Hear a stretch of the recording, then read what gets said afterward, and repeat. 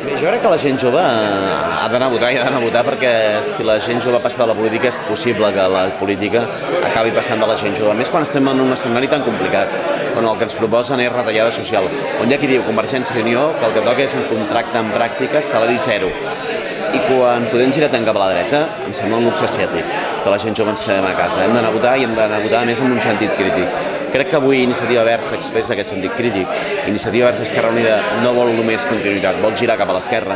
I Iniciativa Verds Esquerra Unida el que vol és més polítiques socials, perspectiva ambiental i sobretot eixamplament de drets i no retallada de drets. I això connecta amb els sectors més vulnerables i això lliga, òbviament, amb la gent jove.